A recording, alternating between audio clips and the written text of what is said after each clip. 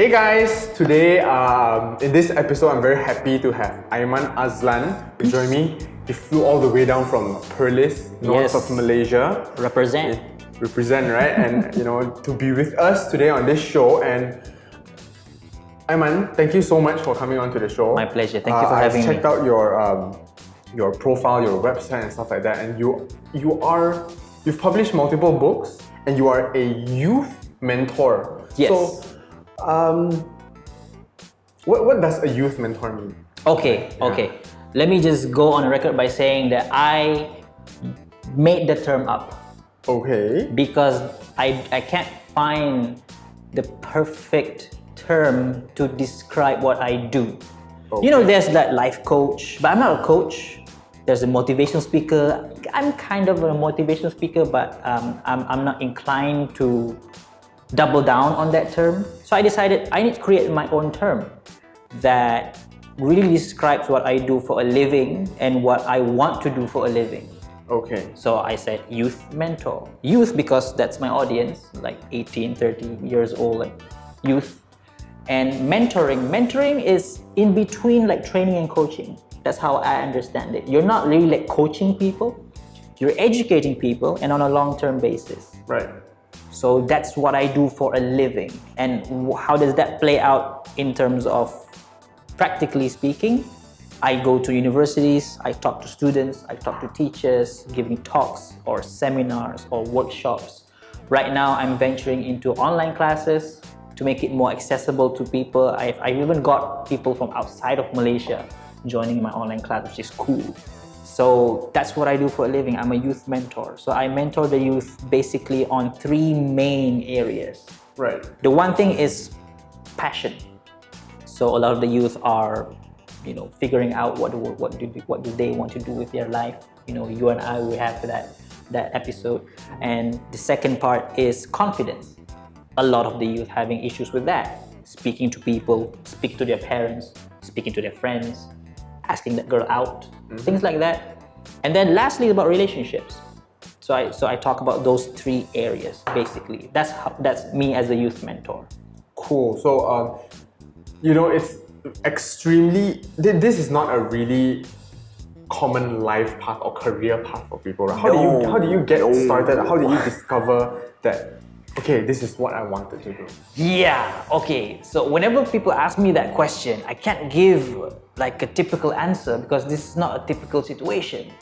I can't say, okay, you want to be like me? Okay, after SPM, you do this. I can't say that because my trajectory is so eclectic and so weird in such a way.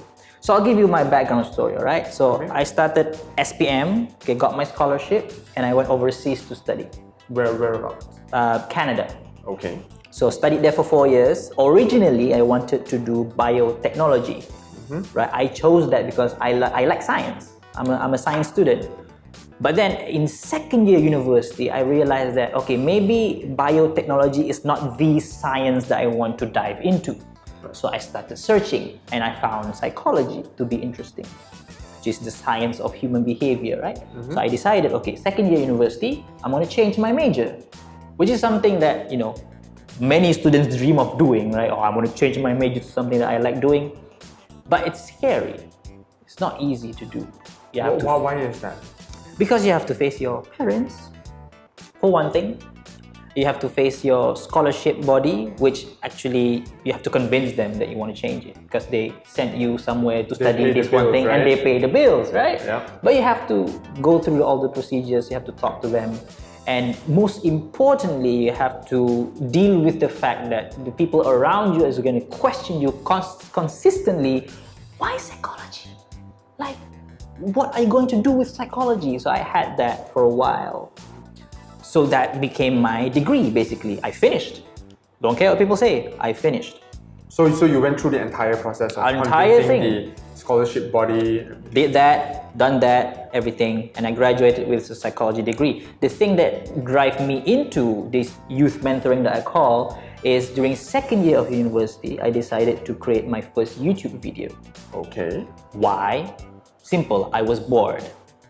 As a second year university student, you have assignments, you have tests, exams.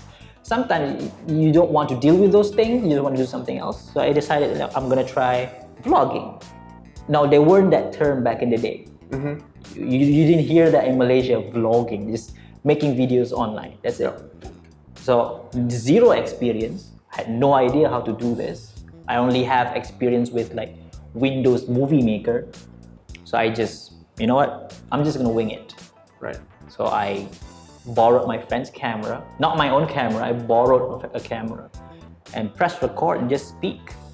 It was a 4-minute video, but it took me 2 days to finish that video. What was that video about? I'm curious now. The video is kind of meta. The first video that I did was about making that first video. Okay, meta. Yeah. Get it? Yeah. Because I had no idea what to do. I just feel in my bone that I want to do it, but I have no idea what to talk about. So I decided, okay, let's talk about the thing that you don't want to talk about, which is making that video. Right. It's like, you know, sometimes when you have writer's block, some people say, why don't you write about writer's block? To get rid of to unblock the block. That makes a lot It's of like sense. using the problem as a solution. So I decided making that first video was tough, so let's talk about that. So that was my first video. And from that first video, you know, it spreads organically. This was before Facebook ads, before even Facebook page, before that time. So it spreads organically. This was 8 years ago. 2011. Was there a Facebook page? I don't know. Was there a Facebook page? I think there was, but maybe during its infancy. Very infancy, right? So Yeah, I had stage. no Facebook page, no Twitter, Instagram, lagi lah. And so just Facebook and YouTube. So I did my first video, posted on YouTube, and then I shared it on my social media, which is Facebook at the time. And my friends just organically share it around. My teacher saw it, share it. My friends from other countries saw it, share it. So it becomes this organic growth. And suddenly, people that I don't know started sharing. And then one of them... Because that content was... Maybe, I don't know, maybe people relate to the fact that it's hard to start something new. And that emotion probably resonates with a lot of people, right? The anxiety, the nervousness, what will people say. So like putting yourself out there. Yeah, exactly. Yeah. It's not easy, right? It's not easy, right? I mean, before I started this podcast or this YouTube video, I'm horrible in front of the camera. And it takes a ton of practice, and it takes getting over, like it takes months to get over this fact. Like even now, actually, I feel, you know, one kind sometimes in front of a camera. I know. Yeah, but it's just something that you have to work towards, I think. Bro, I've been doing this for 8 years. I still hate my voice. Right? It's just that thing that you just have to just learn to deal with. Right? So that first video, somebody saw it, who I don't know, and decided, okay, let's invite this guy to give a talk at our university. Where was this? A university in Canada? No, in Malaysia. In Malaysia. In Malaysia. Oh, you were already back, you were done with everything? No, 2011, I was still second year university. Yeah. So you actually started... I'm still studying. And I got this random email saying that, hey, we want to like, invite you to our university to give a talk. I'm like, what? You can do that? So I'm like, okay. So I came back for the summer holiday. I did that gig, the first gig ever. And I thought, okay, this is nice. And then they pay me. Like, whoa, you can get paid for this? So it started that snowballing effect, right? People started talking about it, about what the talk that I delivered, and about the fact that I could give a talk. So more universities started to invite me. So year after year, it's a very steady increase of invitations. And even now, now it's steady as a plateau. Okay. Back then it was steady like increase, right? You thought it would go there like that forever. I mean, you know, business it's not like that. Yep. So you get to the point where it's stable and steady, which is now, right? But back then it was like this. I was like so happy, and then graduation. Next question comes, what do I do next? So I'm thinking, I already have this. Why not just continue? So it started off as a side hustle, and now it's a thriving business. Literally, a side hustle becoming my main hustle. So I never tasted what 9-to-5 job feels like. Good for you. Wait, but in a way, it's like a pro and con thing. Like in a way, I kind of wish that I have a little bit of taste of what 9 to 5 job really is so that I can relate to more people. But yeah, that's the reality of my career path. I have never punched in, punched out. I've never have to worry about wearing that like, you know, work clothes to go to work. That's it. Right. Were your parents supportive of your family members, your loved ones? Were they supportive of, you know, this path? Because it's really quite an interesting path. Yeah. Right? Yeah. You know, when I quit my job, my parents went ape shit. You know, they were like, nuts, right? You're taking too much risk. You know, why don't you just, you know, be content and stay at your full-time job? Yeah, I can relate to that. But looking back, hindsight, I think although my parents weren't cool about it, but they were cool enough to allow me to at least try. Right. They won't be like, yeah, go for it. I mean, parents are parents, right? Yeah. They had their worries. I mean, there's another tidbit you should know. A month after graduation, I got married. Wow. Okay. So that's another, you know, another thing to keep in mind. So I have not only convinced my parents, I have to convince my in-laws now. Wow. Okay. Because here you are, that this one guy just graduated with a job that people don't see as a job. And now you're gonna marry my daughter. But you know, again, looking back, I'm kind of surprised that they allow me to marry their daughter, which is like cool in-laws. Were you guys dating like from way back? Or? I knew her from high school, secondary school. Right. But then after that, we kind of drifted apart, and then sort of like found each other again after that, and then got married later on. Yeah, so I kind of knew her for a long time because it was like secondary school. So like her parents would probably already know who you are. Kind of, yeah, but getting married is a different level thing. Yeah. So I'm kind of surprised that looking back, I mean, at the time I was like, yeah. But looking back, I'm kind of surprised that they allow me, and then I'm thankful that they allow me to marry. But the thing about that is, and this is for all you hustlers out there, when you have people who worry about this kind of thing, you have to prove them that there's nothing to worry about. So for the next 2 years or so, that's what I did. I showed to my parents, I showed to my in-laws that I could take care of myself and my family. Because for the next 2 years, let me tell you, my parents and my in-laws, they were like suggesting to me that I should apply for this job, apply for this job, apply for that. They'll give me this like random whatever newspaper clippings of like job postings or things like that, which I appreciate, by the way, because I understand that they're worried, which I just smiled and nodded and just continue my thing. So after about 2 years, I mean, they stopped doing that. Right. So during that 2 years, when you were just starting out on this journey, how much, if you don't mind me asking, like how much did you make? Like month on month, was it consistent? Was it, you know, kind of wobbly? Was it consistent? Oh no, I mean, you and I know there's no consistency in this business. But was it stable? Okay. I mean, it's stable enough so that I could provide food on the table.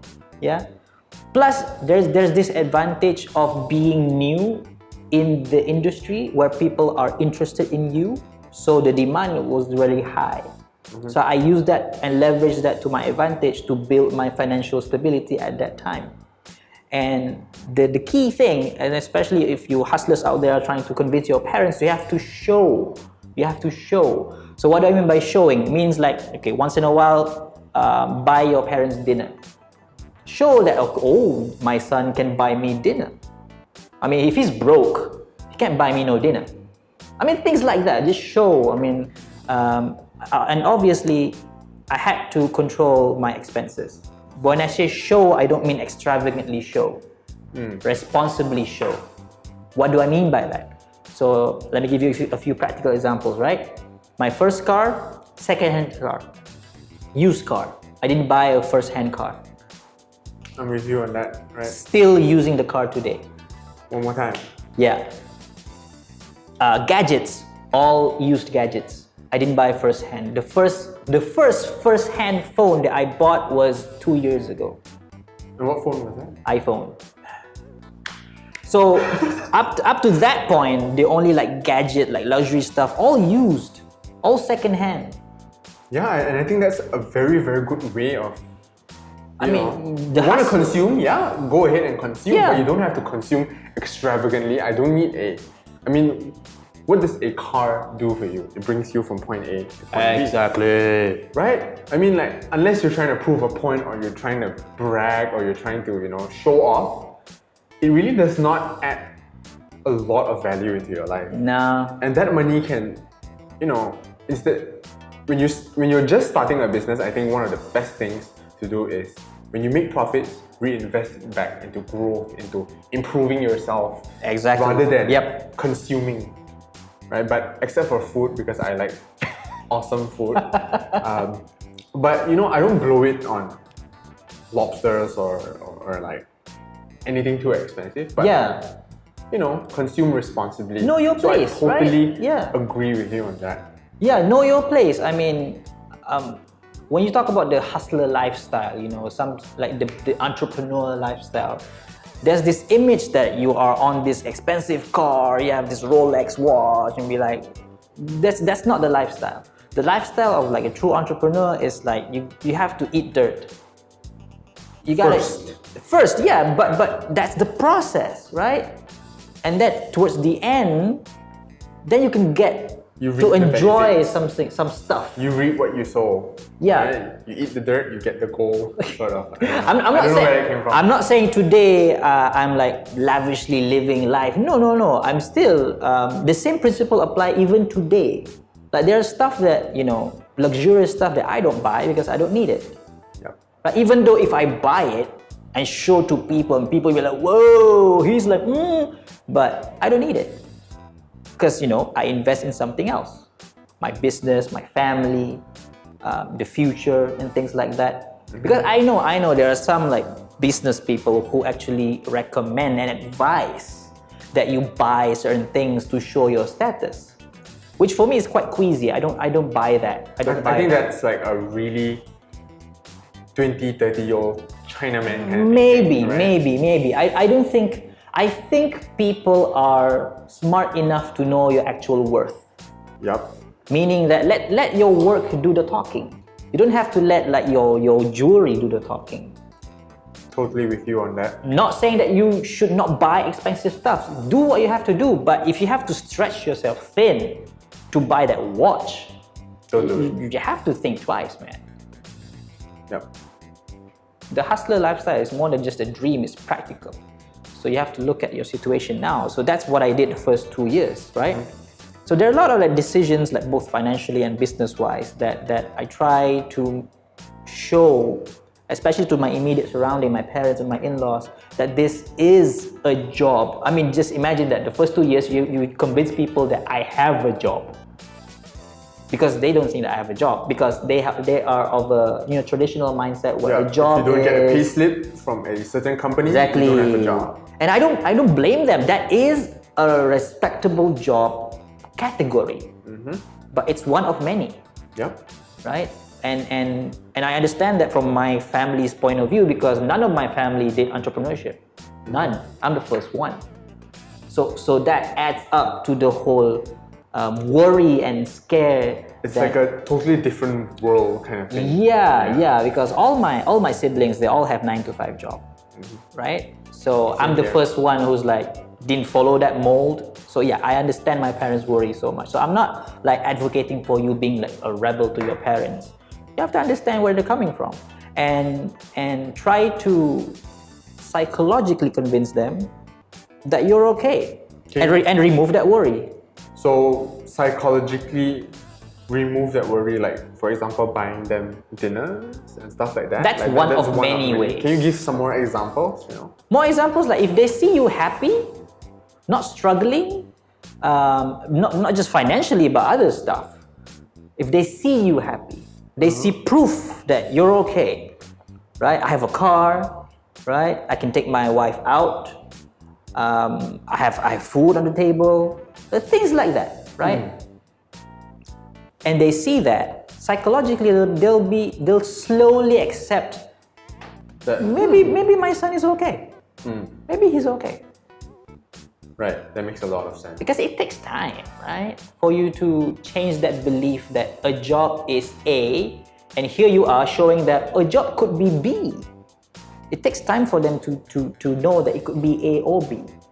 Because all their life, they've been living in this earth for like 50, 60 years, they think that a job is only A. So you can't expect them to just change that overnight. That's very true. Empathy. So it sounds like there's something happened after that 2 years. Like, is there like a turning point this happened? Interesting question. Yes. Other than the fact that they stopped suggesting me to apply for jobs, other than that fact, one of the turning points was that my dad asked me for advice. Which as a son, that's like, whoa, the earth stopped. Yeah. I mean, I'm not talking for all fathers, right? But you as a son, when your dad asks you for advice, I mean, that's a big deal. Meaning that there's an acknowledgement there that my son is adult enough, mature enough, knows some stuff enough that he could ask me for advice. And it's an advice about psychology. Because I learned psychology, right? So he wanted to ask me for advice about something, a psychological problem. Not like mental illness or things like that, but psychological, like dealing with people problem, right? So that was like one of the turning point in my adult life where I'm like, yes, I made it. Yeah, so that happened. Did you ever feel the need to prove your anyone wrong? Like your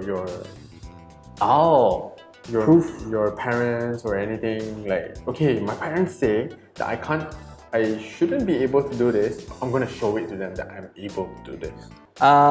Thankfully, I did not get myself into that situation, but I did get myself into a situation where I want to show the society that they're wrong.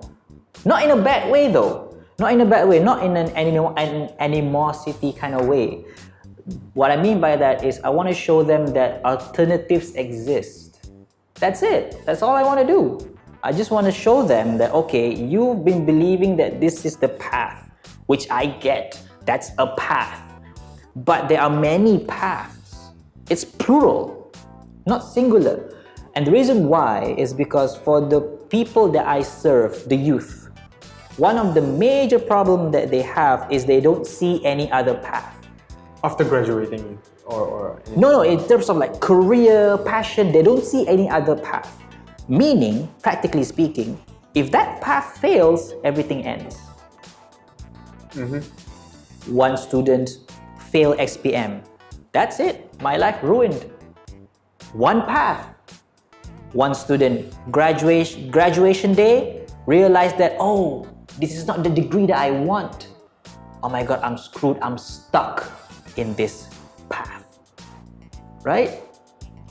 So that is the kind of thing that I want to prove the society wrong, but in a way that could potentially be positive for everybody else. So when your mentees come to you with these problems, for example, what kind of stuff do you tell them? What kind of solutions do you provide? Because they're in that mindset, and I think that mindset is one of the hardest things to change in a human being. Right? So what kind of steps or actions do you take to lead them out of that rut? Okay, so a few things.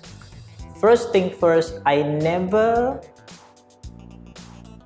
take anyone's problem from them. What do I mean? When you come to me with a problem, I'm not going to take your problem, solve it, and then give it back to you. Why? Number one, it's not my problem. Not in an arrogant way. No. I'm saying that in a good way. Two, it's your problem, therefore, this is your opportunity to grow. If I take that away from you, you won't grow. I'm being selfish. Because I'm depriving you of the opportunity to grow. So I'm just leaving that problem to you. So now what's my role? So if you come to me with a problem, I'm going to ask you a few questions about your problem. Particularly, are you clear about what the problem is? Because some people, they say, I have a problem, but then when you dig deeper, that's not really the problem. Something else is the problem. And then they realize, you're right, this is my problem. And once they know, okay, this is the actual problem, then I ask, okay, what do you think would make it better in your life? So what action can you take to make sure that this problem decreases or fades away? I'm not going to say removed, because problems, you can just decrease the problem. You can't remove problems. Yep. So it's a very discussion-based relationship where I let them decide what they want to do. So it's very methodical. You just guide them, find out their problems and make sure that they know what the problem is. That's number one. Right? Number one, yeah. And then possible ways to solve or reduce those problems. Problem solving. Let them figure it out. And it takes time, and sometimes it's a bit annoying for them, for me, because it's a long process. It's better for me to just tell you what to do, right? But again, my philosophy is that I'm not going to take your problem away from you, solve it, and then give it to you, right? If you have a Rubik's Cube, if you have a Rubik's Cube that is unsolved, give it to me, I solve it, give it to you. You learn nothing. You learn nothing. Yep. So let me just allow you the opportunity to play around with the Rubik's Cube. Figure it out. How can I make this side the same color and then that side the same color? It takes a lot of time. Maybe you're annoyed with the process. Maybe you're frustrated. You throw the Rubik's Cube away. But in the end, when you do solve the Rubik's Cube, the feeling you get, man, it's so much better than just me giving you a solved Rubik's Cube, right? Yep. So that's the philosophy that I work with. So whenever somebody comes in with a problem, that's how I tackle the problem. And to give you a little bit more background, I'm studying counseling now. Okay. So that's where I get it from. A counselor doesn't solve people's problem. That's not what counselors do. A counselor, he or she simply help you help yourself. They're there to help, but not to solve your problem for you. You have to do that by yourself. They're there to guide you, ask you important questions that maybe you don't think about, and make you realize things that you did not know before. And then the rest, you do it yourself. So that's my mentorship approach, you could say, with pretty much anything. If you come to me with a relationship problem, the same method applies. If you come to me with a confidence issue, same method applies. If you come to me with a passion issue, same thing. Same thing. Interesting. So, can you tell me what has changed when you just started and right now? How has your life changed? Like the whole journey, like over the past 6 years, like after that. Well, kind of have to flash back a bit. How has it changed? Well, my focus has changed. When I started, I don't have the insight I have now. So when I started, it was like a blank page. I have no idea what to do with this, the thing that I have now, my YouTube channel, my Facebook page. I have no idea what to do. So you kind of have to just try things out, right? And how do you try things out?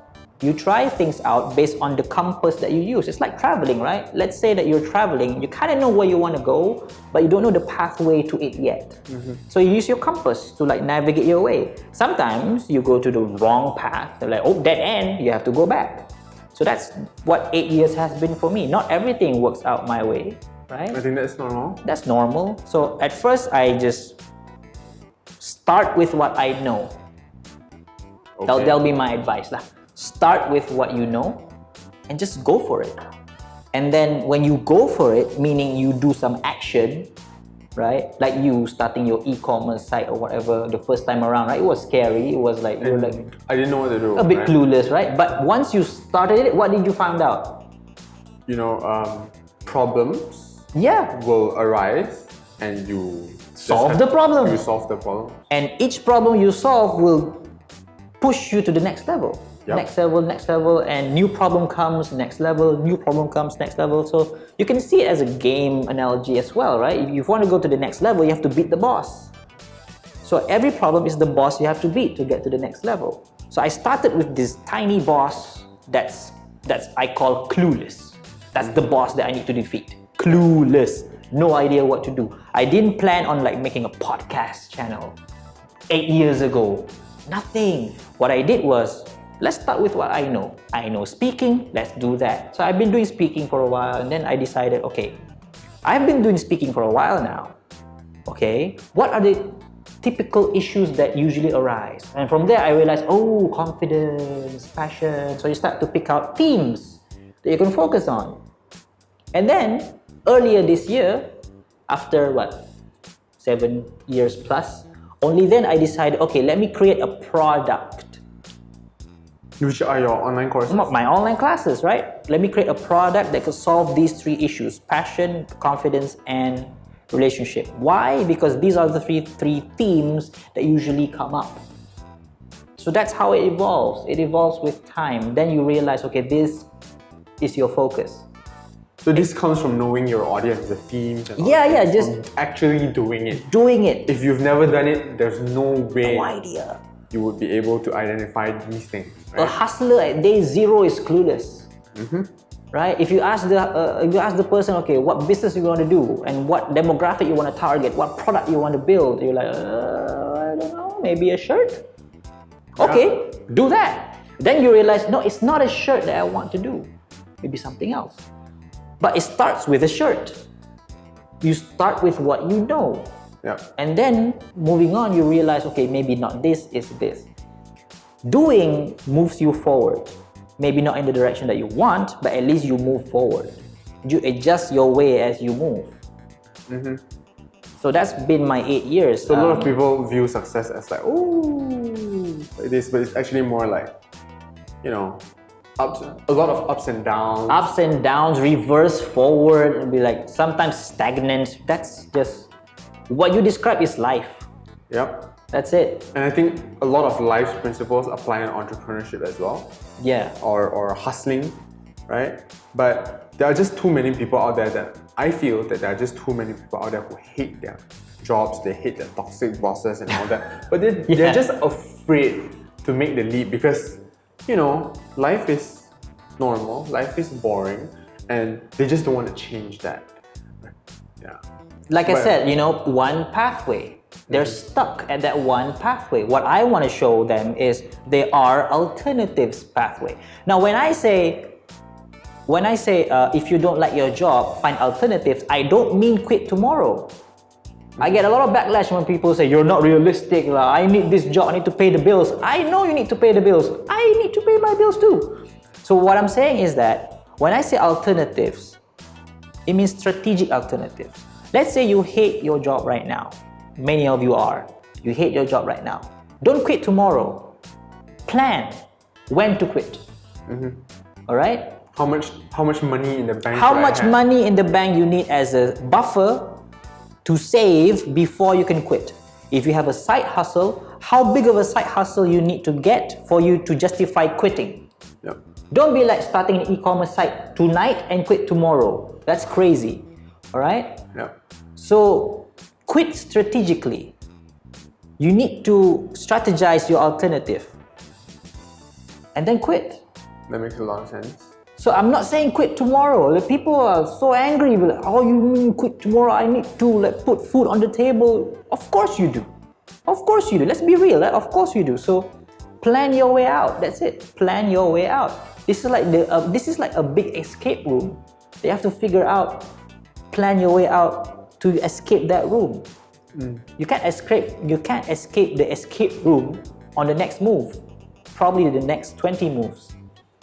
And this is where I digress and tell people that life is not a straight line, like you said, right? Life is not a straight line. When people think of it as a straight line, that's when they think, oh, it's too late for me, right?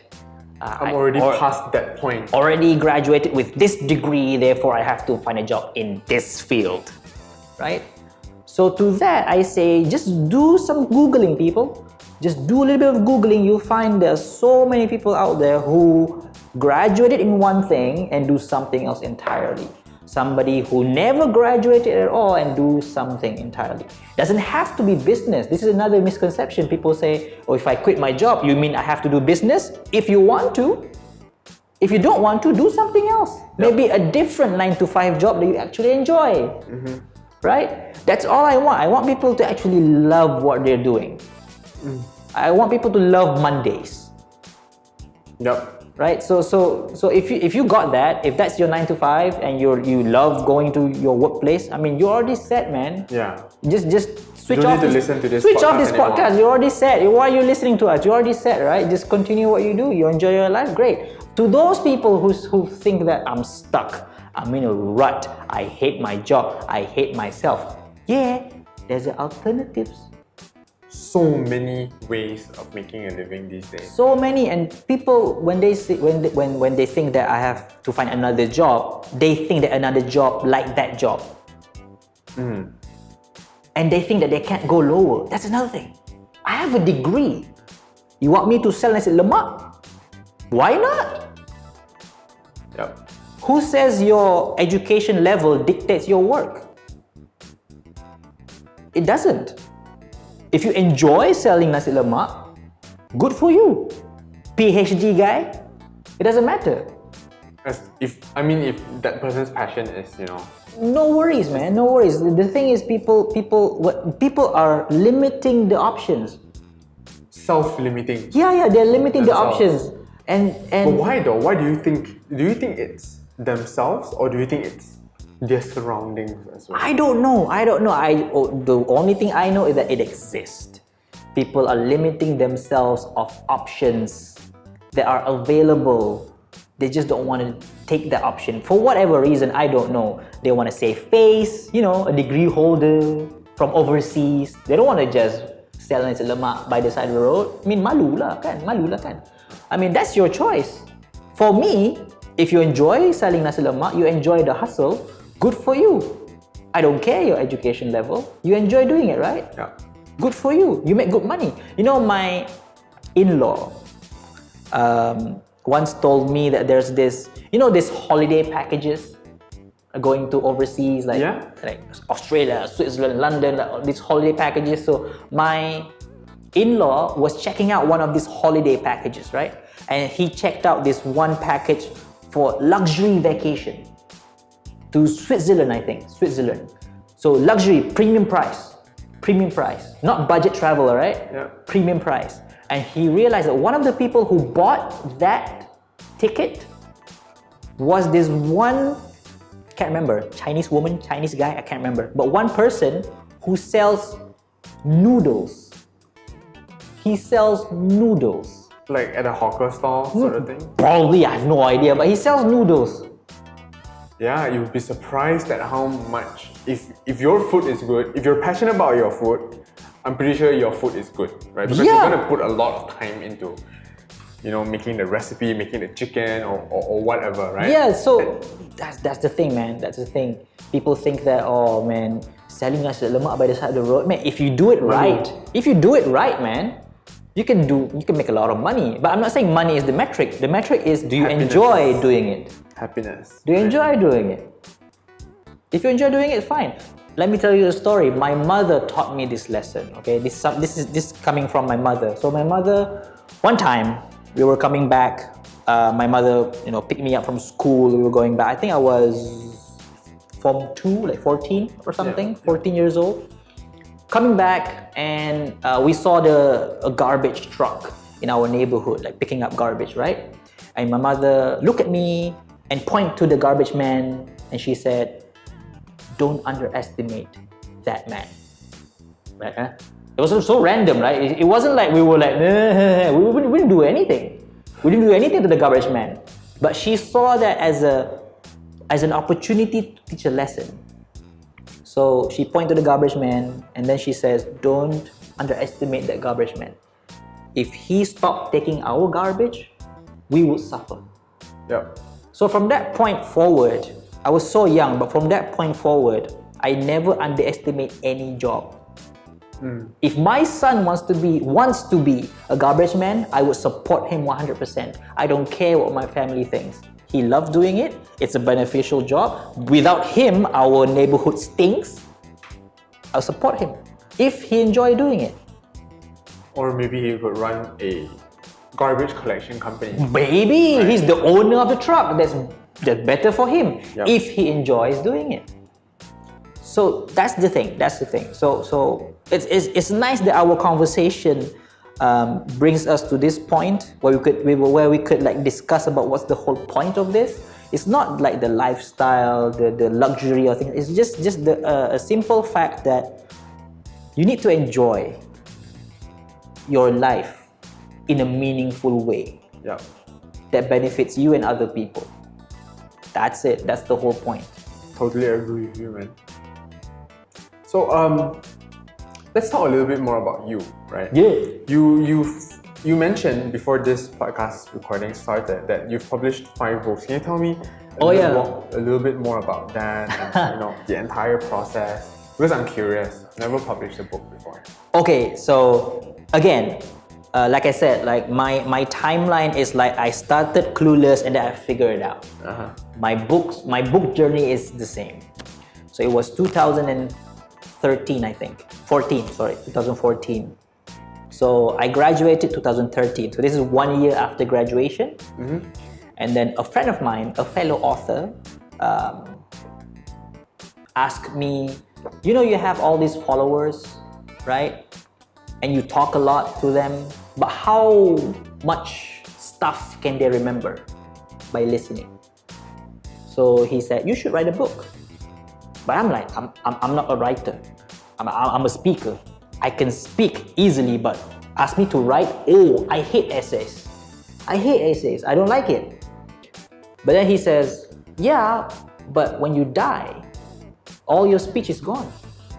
Like, woohoo. That's a good point. What about the YouTube videos? Would they be gone? No. They'll still be there.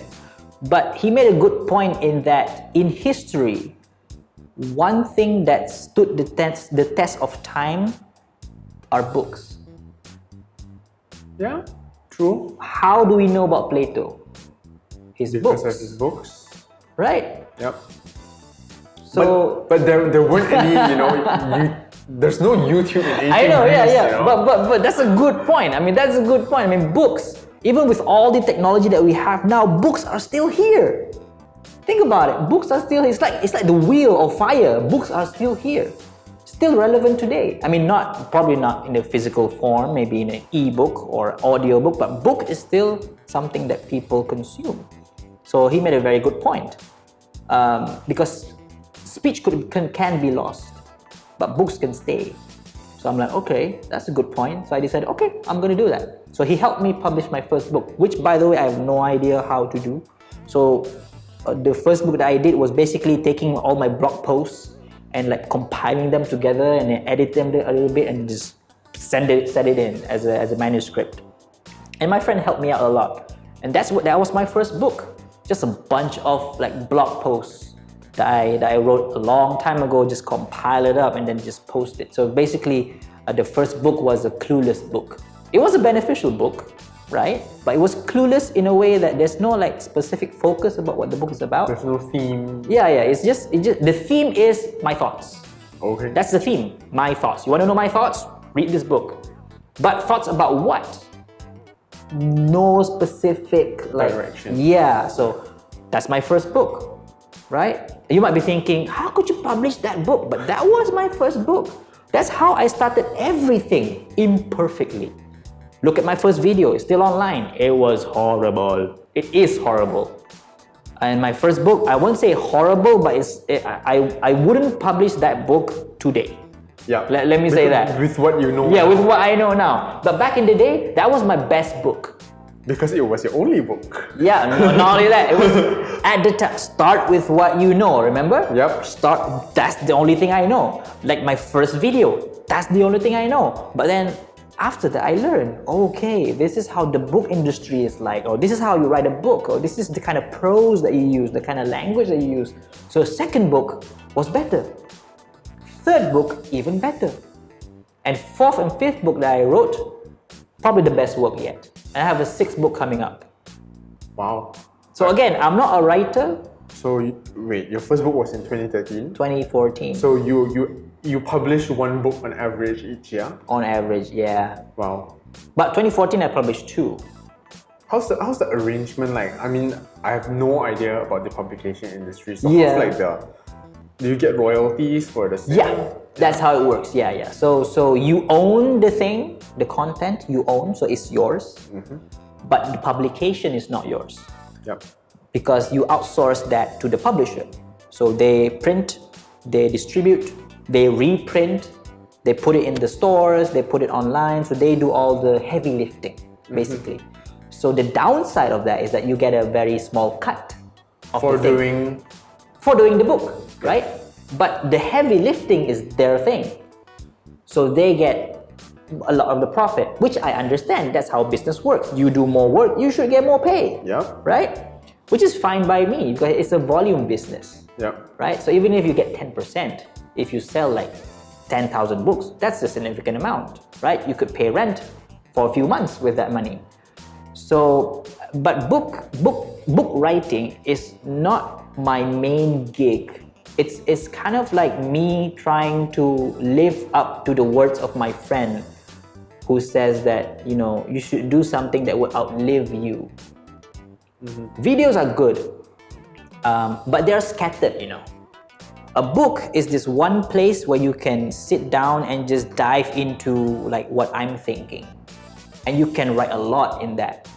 And So I'm assuming the podcast is also done because of this as well, because a podcast, I mean, you upload it onto the internet, it's there forever as well.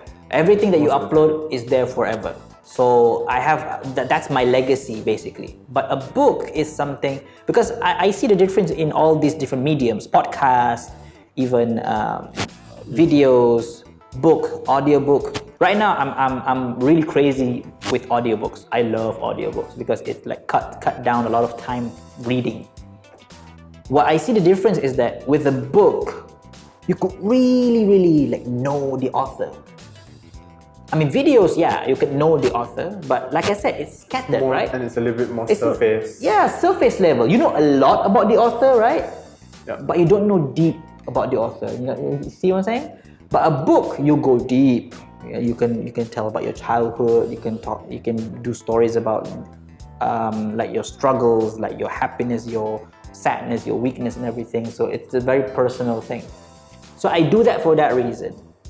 Well, much of it is because, you know, if I die, when I die, not like if I die. So when I die, I mean, my books could be like the thing that I could leave my son with, right? So he can have like his dad everywhere he goes. Other than, you know, the podcast and the YouTube. Other than that, he can have like something in his backpack or things like that. And he'll be able to read it to understand your life, how you grew up as Aiman. Yeah, right? And every time he reads my book, it's like me talking to him. Okay. So I'm going to ask you for some advice. If I want to publish a book, like this year, like what kind of advice would you give me? You have a blog? Yes, we do. But yes, I do. But Compile. I'm giving you the same tip that I did the first time around. Compile and publish. That's your first book. And the reason why is because take the first step, man. Okay. What if I don't have a blog? Start writing. Start writing. Yeah. Right. A page a day. A page a day. A page a day. 10,000 pages, you have a book. Not really. I mean, you only need like 180 pages would be a good size of a book. 200 pages, it's like 200 articles or something like that. Yeah. So what's next for you? Like in the next, say, 5 years, do you have any goals or targets or plans? What's next for me? Because you mentioned that this year you launched a few online courses. Yes, I did. Yeah, so what's next? What's next? I really want to focus on my online classes because I found out, again, everything that I told you, if you realize it, it falls under the same template. I start clueless and I figure it out. So now, for online courses, you're sort of clueless? No, I started Clueless in January. Okay. I started Clueless in January because in January I didn't have the infrastructure or things like that. I didn't even have like a proper website. All I had was like, what did I have back in January? A blogger website. Oh, Google Blogger, yeah. Yeah. You're on WordPress now. No. Sorry. Google Sites. I use Google Sites. Oh, the one where the Google My Business. Yeah. That thing. Oh. Google Sites. So back in January, right? Yeah. And then after so the first online class that I did was like a live session where I teach a topic, and people pay for it, and I recorded the whole thing. And then I said, okay, I have this class that I have recorded. Now I have to, they call it productization, right? You take something, you productize it. So I take this online class, like an hour, 2 hours or so, and I cut it up. Yeah. Cut it up so that it's easier for people to consume my content. And how did I know that? Based on what my students told me. They say, it would be nice if we just cut this 2 hour long class into smaller pieces of videos. I'm like, oh, that's a good idea. So I did that. Again, Clueless, learn as you go. Yep. So I did that. I cut it up, make it nice and organize it and everything. Table of contents is done. And then I decided to invest in a proper website, WordPress, with the proper hosting and everything. Everything is like learning as you go, learning as you go, learning as you go. And that's how I started. And I could speed up the trajectory from Clueless to knowing something because of experience, right? And now in August, the online classes are doing well, doing fine. And what's next? Because right now I have about 500 students already. Wow. So what's next is I want to really, really have a meaningful relationship with the students that already bought my stuff, right?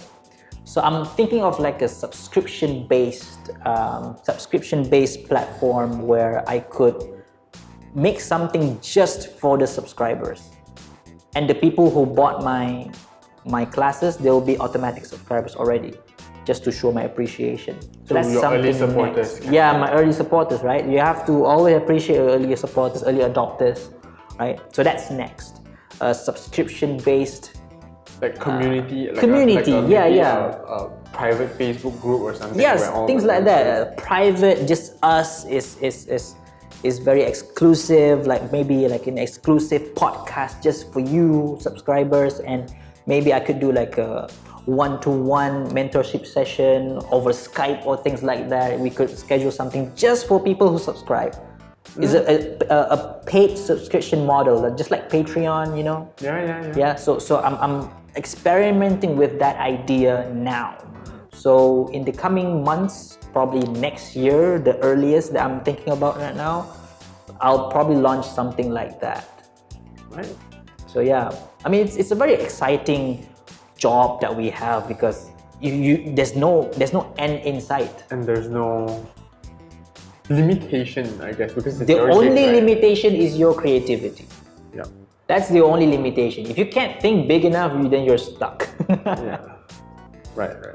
Anyways, I think that's the end of this episode. Really? Oh man. Yeah. Thank you so much, Aiman. No for worries, coming man. Again. Really, My really pleasure. good talk. And a lot of stuff that you've shared with the audience and me as well. And I really, really appreciate it, especially on the learn as you go, like start clueless and learn as you go part, because I think that's one of the things that drive me as well, like how I do things. Like if I don't know something, just go and do it first, fail, hit a wall, and then experiment. Don't be afraid with failure. Yep. I mean, you can't be a hustler if you're afraid of failure. Really, you can't. Yep. Okay, so that's the end of this show. So like, do you want to plug anything? Like now's the time to plug okay. So courses or whatever.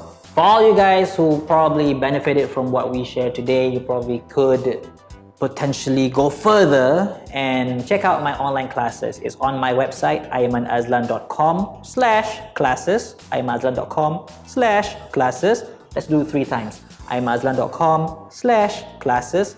I have 3 classes right now. One about how to create your passion. Another one is about how to create confidence. Another one is about how to have a serious relationship.